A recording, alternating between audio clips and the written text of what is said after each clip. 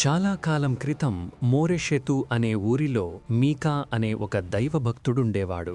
ఆ రోజుల్లో ఇశ్రాయేలు, యూదా అనే రాజ్యాల్లోని ప్రజలు దేవుడికి దూరమై చాలా తప్పులు చేస్తున్నారు.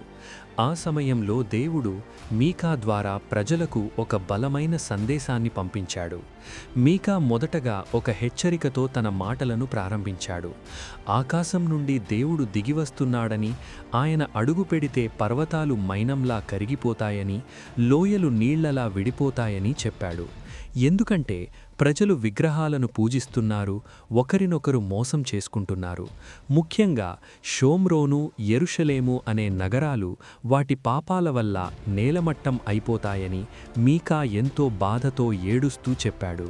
ఆ కాలంలో ధనవంతులు, ఊరి పెద్దలు చాలా అన్యాయంగా ఉండేవారు. వాళ్ళు రాత్రిపూట పడకల మీద పడుకొని ఎవరి పొలాలు లాక్కోవాలి, ఎవరి ఇళ్లను ఆక్రమించుకోవాలి అని చెడు ఆలోచనలు చేసేవారు. తెల్లవారగానే తమకు అధికారం ఉంది కదా అని పేదవాళ్ల ఆస్తులను లాక్కునేవారు. తల్లులను వారి ఇళ్ల నుండి బయటకు పంపేసేవారు. దేవుడు ఇదంతా చూస్తున్నాడని, మీరు ఇతరుల పొలాలను లాక్కున్నారు కాబట్టి శత్రువులు వచ్చి మీ దేశాన్ని పంచుకుంటారని మీకా హెచ్చరించాడు. పాలకులు ప్రజలను కాపాడాల్సింది పోయి వాళ్లను హింసిస్తూ దోచుకుంటున్నారు. మత గురువులు కూడా డబ్బు ఇస్తేనే మంచి మాటలు చెప్పి డబ్బు ఇవ్వని వారి మీద యుద్ధం ప్రకటించేవారు. ఇలాంటి పనుల వల్ల యెరూషలేము నగరం ఒక పాడుబడిన దిబ్బలా మారిపోతుందని మీకా కుండబద్దలు కొట్టినట్లు చెప్పాడు. కానీ ఇన్ని కష్టాల మధ్య కూడా మీకా ఒక గొప్ప నిరీక్షణను కలిగించాడు. భవిష్యత్తులో దేవుని మందిరం అన్ని పర్వతాల కంటే ఎత్తులో ఉంటుందని, లోకంలోని ప్రజలందరూ దేవుని మాట వినడానికి అక్కడికి వస్తారని చెప్పాడు. ఆ రోజుల్లో యుద్ధాలు ఉండవని, ప్రజలు తమ కత్తులను నాగలి కర్రులుగా మార్చుకుంటారని, ఎవరికీ భయం లేకుండా బతుకుతారని వివరించాడు.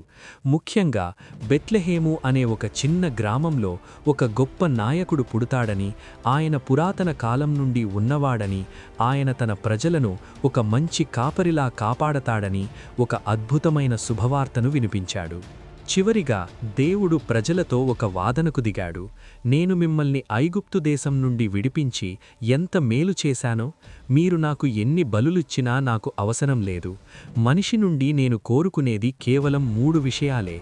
1 న్యాయంగా నడుచుకోవడం, 2 కనికరం చూపించడం, 3 వినయంతో నీ దేవునితో కలిసి నడవడం అని దేవుడు చెప్పాడు. కానీ ప్రజల్లో మార్పు రాలేదు. ఒకరిని నమ్మలేని పరిస్థితి ఏర్పడింది. స్నేహితులు, ఇంట్లో వాళ్లే శత్రువులుగా మారిపోయారు. అయినా మీకా అధైర్యపడలేదు. నేను నా దేవుని కోసం కనిపెట్టుకుంటాను, ఆయన నా ప్రార్థన వింటాడు అని నమ్మకంతో ఉన్నాడు. దేవుడు తన ప్రజల పాపాలను క్షమించి వాటన్నింటినీ సముద్రపు లోతుల్లో పడేస్తాడని, అబ్రహాము వంటి పూర్వీకులకు ఇచ్చిన వాగ్దానాలను నెరవేరుస్తాడని నమ్మకంతో ఈ సందేశాన్ని ముగించాడు.